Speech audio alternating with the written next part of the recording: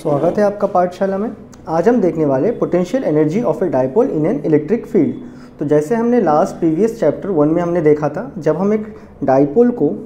हम कोई भी एक डाइपोल को यूनिफॉर्म इलेक्ट्रिक फील्ड में डालते हैं तो वो क्या एक्सपीरियंस करता है, टॉर्क एक्सपीरियंस करता है। ये बातें तो हमें पता था।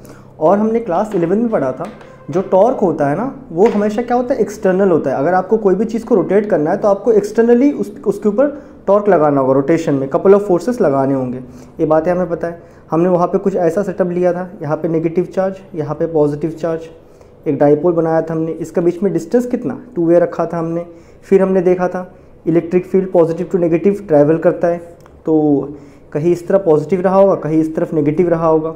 फिर हमने क्या देखा था, इस पॉजिटिव चार्ज को ये वाला पॉजिटिव चार्ज क्या करेगा, रिपल करने वाला है। रिपल करेगा मतलब धक्का देगा इस डायरेक्शन में। और कितना अमाउंट ऑफ फोर्स से धक्का देने वाला था, ये हमने लिखा था Q × E। फिर ये जो नेगेटिव चार्ज है, इसको पॉजिटिव चार्ज अट्रैक्ट करने वाला है, वो भी कितना अमाउंट से करेगा, दैट इज़ -Q × E। यहाँ पे क्या था, -Q एंड +Q, ऐसा हमने कुछ देखा था। फिर हमने देखा था इसके अंदर एक टॉर्क डेवलप होता है। क्यों डेवलप होता है, इसमें नेट फोर्स क्या था, नेट फोर्स एक पॉजिटिव डायरेक्शन में और एक नेगेटिव डायरेक्शन में। नेट फोर्स 0 था, लेकिन जो फोर्स के लाइन ऑफ एक्शन था ना, जो डायरेक्शन था वो ऑपोजिट था। तो उसके वजह से यहाँ पे क्या डेवलप हुआ था, एक टॉर्क डेवलप हुआ था। हमने लिखा था कि यहाँ पे एक टॉर्क डेवलप हुआ था। ये बातें हमें याद है, डन। तो उसी चीज़ को दोबारा लिख देंगे, क्या अपना डेफिनेशन। तो let us consider a dipole of charge, कितना charge, of charge Q and separated by a distance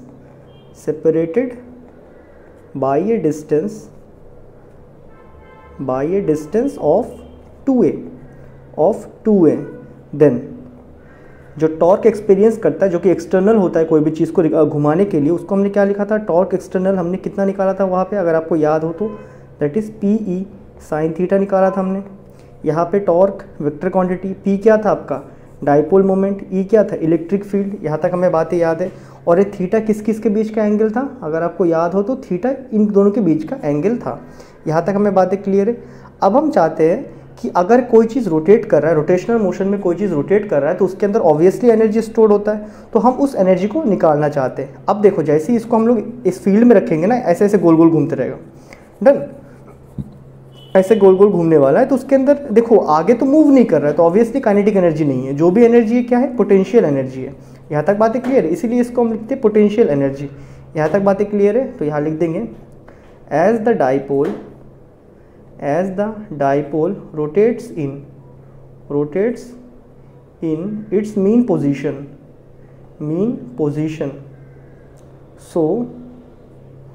so its work in rotation, जो ये वर्क करता है रोटेशन में, its work in rotation is stored in the form of, किसका form में, in the form of potential energy.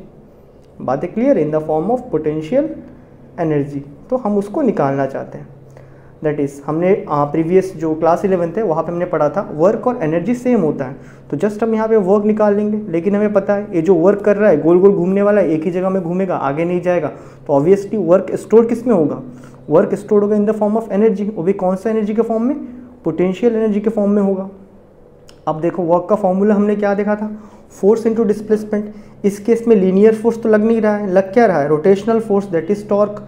तो हमने लिख दिया टॉर्क एक्सटर्नल इंटू, अब हमें लिखना है डिस्प्लेसमेंट। यहाँ पे जब कोई चीज़ गोल गोल रोटेशनल घूम रहा होता है तो उसमें डिस्प्लेसमेंट क्या होता है, एंगल का डिस्प्लेसमेंट होता है। वेरी इंपॉर्टेंट, ध्यान दो, किसका डिस्प्लेसमेंट होता है, एंगल का। तो सपोज हमारे पास इनिशियल जब वो इस कंडीशन में था, ये जो एंगल बन रहा था इनके बीच में θ1 था इनिशियल केस में, डन है। अब ये कुछ देर बाद रोटेट कर लेगा अपने आप को, कुछ देर बाद क्या मान लेते हैं कि यहाँ पे रोटेट कर लिया, यहाँ आ गया नेगेटिव चार्ज कुछ देरी के बाद, ठीक है। और ये मान लेते हैं हम, यहाँ आ गया हमारा पॉजिटिव चार्ज कुछ देरी के बाद। तो अभी उसके बीच में थीटा क्या चेंज हो चुका है, θ1 टू θ2। तो हम चाहते हैं जब वो इतना सा एक पिद्दू सा जब रोटेशन लिया, इसके अंदर क्या एनर्जी स्टोर्ड हुआ, तो हम क्या लिख देंगे, डिस्प्लेसमेंट क्या हुआ, dθ हुआ।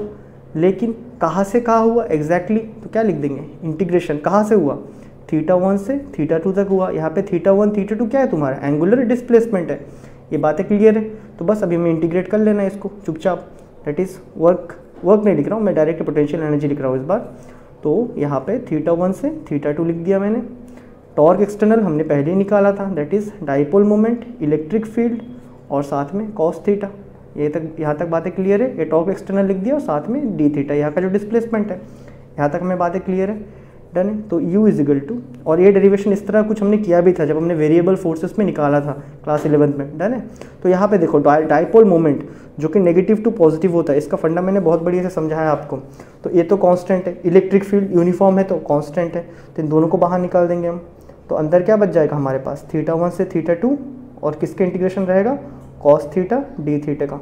अब देखो आपको शायद पता नहीं होगा क्योंकि आप स्टार्टिंग हो अभी 12th के, तो कॉस थीटा का जो इंटीग्रेशन होता है ना, एक मिनट सॉरी मैंने गलती कर दिया, यहाँ पे साइन थीटा था, साइन थीटा मैंने डायरेक्ट आंसर ही लिख दिया, ठीक है।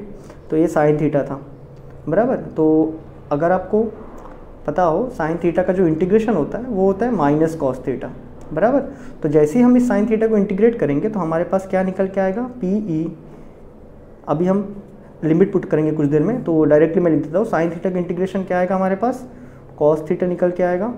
कहाँ से कहाँ इंटीग्रेट करना है हमें, θ1 से θ2 इंटीग्रेट करना है।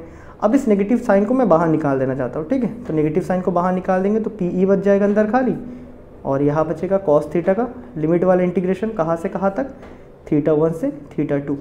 तो जब भी हम कोई भी चीज़ का डिस्प्लेसमेंट को लिखते हैं तो हम क्या फाइनल पोजीशन पहले लिखते हैं फिर इनिशियल लिखते हैं। तो यहाँ पे भी अगर हम लिखेंगे तो माइनस PE लिख दिया, जब हम लिमिट पुट करेंगे तो फाइनली हम कहाँ पे पोजीशन आ चुका है हमारा, θ2, दैट इज़ अपर लिमिट हमें पहले डालना है, दैट इज़ कॉस θ2। बातें वही है, फाइनली हम θ2 पे पहुँचे, इनिशियली हम कहाँ पे थे, θ1 पे थे। तो ये हो जाएगा हमारा पोटेंशियल एनर्जी का formula, U is equal to minus PE bracket के अंदर कॉस θ2 माइनस कॉस θ1। यहाँ पे एक फेमस केस लिया जाता है, बेसिकली एक बहुत ही फेमस केस है, इसमें अक्सर डिस्कस किया जाता है। दैट इज़ आप मान लो इनिशियली जो आपका पोजीशन था ना डाइपोल का, यहाँ पे डिस्कस करते हैं उसको, ठीक है, केस के जैसा। इनिशियली आपका जो डाइपोल का पोजीशन था कुछ ऐसा था, पॉजिटिव चार्ज ऊपर में यहाँ पे, नेगेटिव चार्ज यहाँ पे, ये आपका इलेक्ट्रिक फील्ड का डायरेक्शन। डन। तो एक कुछ था इनिशियल सेटअप। तो यहाँ पे अगर आप देखो, ये रहा इलेक्ट्रिक फील्ड का direction, dipole moment negative to positive, इनके बीच का एंगल 90 डिग्री। तो इनिशियली आपका एंगल θ1 कितना था इस केस में, π/2 था, बराबर। अभी हमने इसको कहाँ तक घुमाया, सपोज हमने माना ये जो डाइपोल है ये रोटेट होकर अपना स्टेबल इक्विलिब्रियम में आ चुका है, जैसे मान लो कि यहाँ पे स्टेबल इक्विलिब्रियम में आ चुका है। डन। ये पॉजिटिव आ चुका, नेगेटिव यहाँ से घूम के यहाँ जा चुका है। डन। स्टेबल इक्विलिब्रियम में आ चुका है। अभी देखो ये रहा electric field, dipole moment negative to positive दोनों एक ही डायरेक्शन में। तो फाइनली थीटा, अच्छा देखो जनरली इसको थीटा को थीटा ही रखते हैं। तो मान लो कि θ2 फाइनली कुछ भी आ चुका है, या फिर मान लो θ2 कितना आ चुका है, 0 आ चुका है, स्टेबल इक्विलिब्रियम में आ चुका है। डन। तो π/2 था, मोस्ट अनस्टेबल इक्विलिब्रियम, मतलब मोस्ट अनस्टेबल पोजीशन में था यहाँ से यहाँ पे। उसके बाद हमने इसको घुमा के कहाँ ला दिया, स्टेबल इक्विलिब्रियम में ला दिया। तो इस केस में कितना पोटेंशियल एनर्जी स्टोर्ड हुआ है, तो कैसे निकाल लेंगे, U is equal to minus PE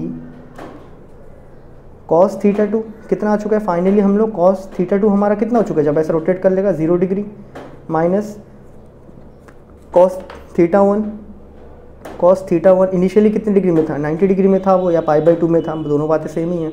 तो यहाँ से कितना आ जाएगा, U is equal to minus PE cos 0 1 cos 90 0 होता है, ये हमें पता है। तो फाइनली पोटेंशियल एनर्जी कितना स्टोर हो रहा है, माइनस PE। अब देखो नेगेटिव पोटेंशियल एनर्जी स्टोर हो रहा है, इसका मतलब क्या होता है, जनरली तुम एक बार बातों को समझो। नेगेटिव पोटेंशियल एनर्जी स्टोर हो रहा है।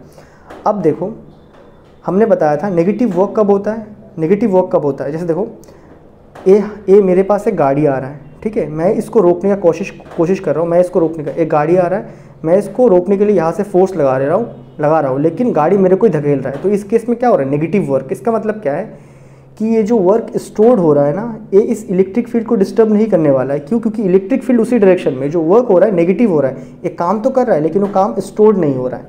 लेकिन फिर भी हमें निकालना था, हमने निकाल के ही फाइनली कंक्लूड किया कि इसमें जो वर्क हो रहा है, जो स्टोर होता है, वो स्टोर एनर्जी को हम यूज़ नहीं कर सकते। क्यों, क्योंकि वो नेगेटिव में स्टोर हो रहा है। अगर पॉजिटिव में होता तो हम उसको यूज़ कर सकते हैं। डन। जैसे कि आप देखने वाले हो, इसको भी देखो, इसका ही पोटेंशियल निकालोगे, आप लिखोगे -30 वोल्ट लिखोगे, ठीक है। अगर इसको लिखोगे भी तो -30 वोल्ट लिखोगे, तो -30 वोल्ट से हम कुछ चीज़ें घुमा नहीं सकते, कुछ नहीं कर सकते, हमें पॉजिटिव 30 वोल्ट चाहिए होता है।